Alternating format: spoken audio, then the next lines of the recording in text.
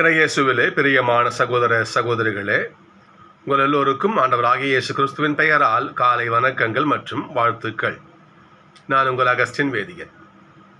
இன்று செப்டம்பர் மாதம் 24ஆம் தேதி 2024ஆம் ஆண்டு. ஆண்டவரின் மடியில் 5 நிமிடங்கள். ஒரு பெத்த தகப்பன் தம் பிள்ளைகிட்ட என்ன எதிர்பார்ப்பா சொல்லுங்க பார்ப்போம். என் பிள்ளை நல்ல வாழ்க்கை வாழணும், தப்பான பாதையில் போகக்கூடாது. அப்புறம் நான் சொல்கிற பொருள், நான் சொல்கிற என்னுடைய வார்த்தைக்கு கீழ்ப்படிஞ்சு என் பிள்ளை இருக்கணும். இதை தவிர்த்து ஒரு தகப்பன் தன் பிள்ளைகிட்ட என்ன கேட்க முடியும்?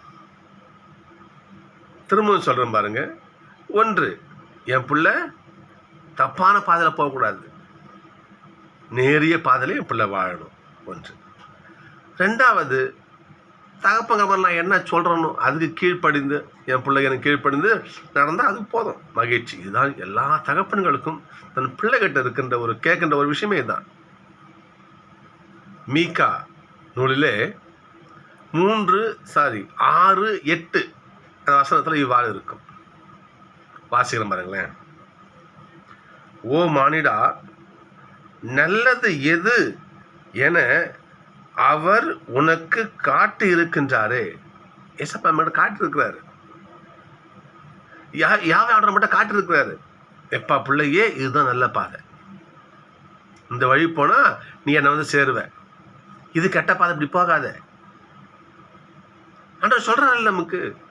ஆதியாகமத்தில் சொன்னாரா இல்லையா?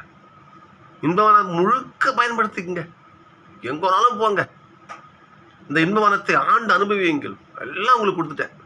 ஆனால் அங்கே போகாத, அந்த மரத்தை பார்த்து சாப்பிடாது, அது தீமை. ஏசப்பா சொல்கிறாரு இல்லையா? அது தீமை, அங்கே போகாதுன்னு சொல்கிறாரு. அதை கீழ்ப்படியணும். வாசிக்க பாருங்க. ஓ மானிடா, நல்லது எது என அவர் உனக்கு காட்டி இருக்கின்றாரே. நேர்மையை கடைபிடித்தலையும்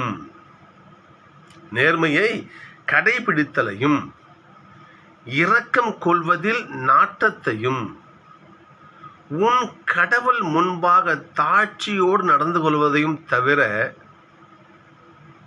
வேறு எதை ஆண்டவர் கேட்கிறாரு? வச்சு பாருங்க பார்ப்போம். நேர்மையானவற்றை கடைபிடிக்கணும். 1, தேவை பக்கம் போகக்கூடாது இல்லையா? போகக்கூடாது.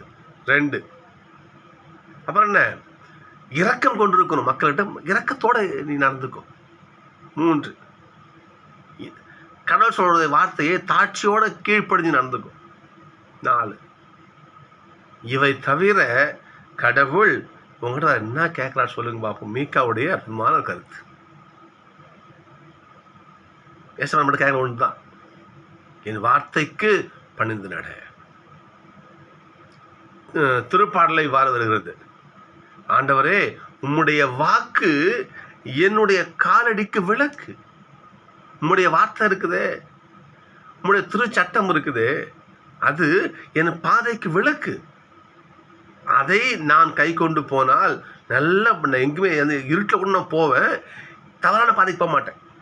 ஏனென்றால் உங்களுடைய வார்த்தையாகி ஒளி என்கிட்ட இருக்குது. வார்த்தையை பாருங்க. உம்முடைய வார்த்தை, உம்முடைய வாக்கு, உம்முடைய திருச்சட்டம் என் பாதைக்கு விளக்கு என்று பைபிள் சொல்லுகிறது. கடவுள் இதான் நமக்கு சொல்றாரு. நீ நம்மளுடைய தியானமே தான் இன்னைக்கு. ஏசப்பா பாருங்க பார்ப்போம். ஏசப்பாவுடைய வார்த்தை. மாதம் வந்து நிற்கிறாங்க. ஏசப்பாவுக்கு செய்தி சொல்லப்படுது. இயேசுவே, உங்களுடைய தாயும் சகோதரர் என்ன பண்ணுறாங்க? வெளியே வந்து உங்களுக்காக காத்துட்டு இருக்கிறாங்க. வார்த்தை பாருங்க. யார் என் தாயும் சகோதரரும்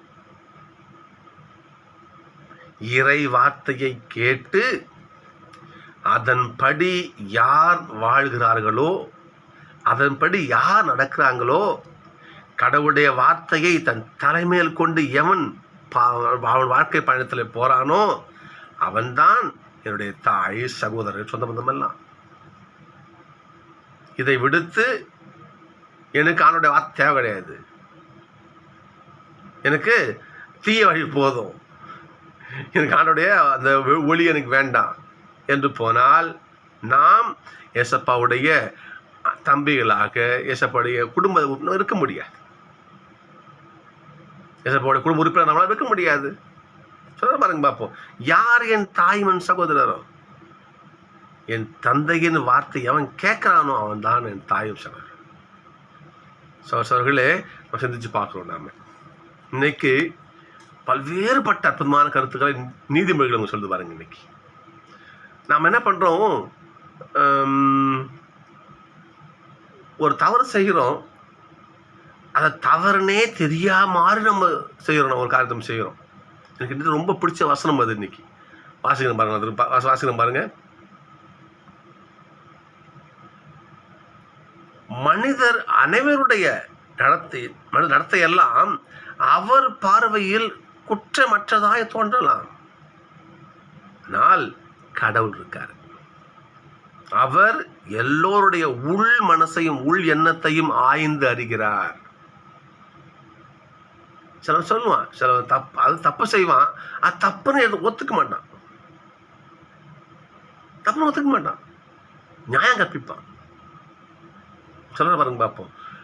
மனுஷருடைய நடத்தையெல்லாம் அவரை பொறுத்த மட்டும் நியாயம் நினைக்கிறாங்க, ஆனால் அவனுடைய சட்டம் இருக்குது. அதை வச்சு என்ன பண்ணி எடை போட்டு பாரு, தெரியும் உனக்கு, அப்போ உனக்கு தெரியும். இன்னும் சொல்ற பாருங்க பார்ப்போம். பழி செலுத்துவதை விட நேர்மையாகவும் நீதியாகவும் இல்லையா நடப்பதே ஆண்டவருக்கு உவப்பளிக்கும். ஓசை 6:6 நீதிமன்றம் எழுது பாருங்க பார்ப்போம். பழி செலுத்துவதை விட நேர்மையாளராகவும் நீதிமானாகவும் நடப்பதுதான் கடவுளுக்கு மகிழ்ச்சியை கொடுக்கும். சிந்திச்சு பார்க்கணும். நம்ம நீ என்ன காணிக்க போடு, என்ன பூசப்பு கொடு, என்ன மாலை போட்டு நடந்து பாத யாத்திரை போயிட்டு வா, நீ என்ன செஞ்சா சரிதான். உன்னிடத்திலே நேரிய வாழ்க்கை இல்லை என்றால் ஒன்றும் கிடையாது. வார்த்தை கவனிங்க பார்ப்போம். பழி செலுத்துவதை விட நேர்மையாகவும் நியாயமாகவும் வாழ்வது ஆண்டவருக்கு உவப்பளி மகிழ்ச்சியை கொடுக்கும். சிந்திச்சு பார்க்கணும் நாம. எனவே இது மட்டும் இன்னும் நிறைய விஷயங்கள் பாருங்க பார்ப்போம். திட்டமிட்டு ஊக்கத்தோடு உழைங்க, உங்களுக்கு செல்வம் பெருகும். மாறாக ஒருவர் பொய் பேசி சேர்க்கும் சொத்து காற்றாய் பறந்துடும். பொல்லார் மனம் தீமை செய்வதில் நாட்டம் கொள்ளும், தமக்கு அடுத்திருப்பவரை பார்த்து ஏளனம் செய்யும். அடிக்கும் பொழுது ஏளனம் செய்வோரை அடிக்கும் பொழுது அதை காணும் பேதையாராவது படிப்பினை பெறுவர்.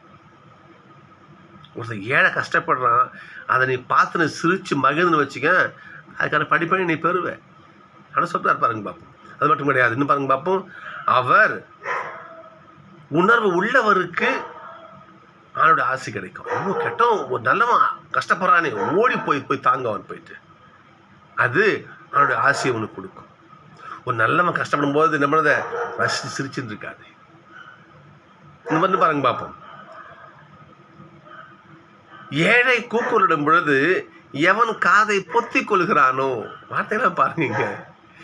ஏழை கூக்குரலிடுகின்ற பொழுது எவன் காதை பொத்தி கொள்கிறானோ அவன் தானே உதவிக்கு மன்னடுறான். பார்த்தீங்களா? அப்போ என்ன பண்ணாங்க, யாரும் செவி கொடுக்க மாட்டாங்க. புரியுதுங்களா? எல்லாம் வச்சு பாருங்க பார்ப்போம். ஏன்னா வினவத்தை வேணா இருப்பான், நீ செய்யறத உனக்கு திரும்பி வந்து சேரும். உனக்கு ஒரு ஏழை கூவி அழைக்கின்ற பொழுது உனக்கு காதை பொத்திக்கிட்டு அப்படியே கம்முன்னு உட்காந்து வச்சுக்க. கத்துறோம், ஐயா பசிக்குதுயா, ஏதாச்சும் கொடுங்க செய்யா, சாமி கொடுமை. உங்கள்கிட்ட நீ நேற்று வாசியம் இல்லையா, நன்மை செய்யக்கூடிய தகுதி உனக்கு இருந்தும் நீ செய்யவில்லை, ஏன்னா அது பாவம்னு பைபிள் வருது. நன்மை செய்ய வாய்ப்பு கிடைத்து செய்யலாம், அது பாவம். அது அதைங்க வருதுன்னு பார்ப்போம். ஏழை கூக்குரலிடுகின்ற பொழுது எவன் காதை பொத்தி கொள்கிறானோ அவன் மன்றாடும் பொழுதும் ஆண்டவர் காதை பொத்திக்குவாரு. என்ன பண்ணுவேன் நீ? என்ன பண்ணுவேன்? இவையெல்லாம் ஆண்டுடைய சிறு சட்டங்கள். நான் சட்டம். அப்போ என்ன பண்ண, நீ ஏழைன்பால் அன்பாயிரு, ஏழை மக்களை வெறுக்காது. உதவிக்குன்னு ஓடி வரான், என்னவோ உங்கள்கிட்ட இருக்கிறத இல்லையா அள்ளி தரலனாலும் கிள்ளியாவது என்ன பண்ண, அவனுக்கு உதவி செய். நீ செய்கிற காரியமெல்லாம் தப்புன்னு ரைட்னு நினச்சிட்டு மிதமிஞ்சிருக்காது.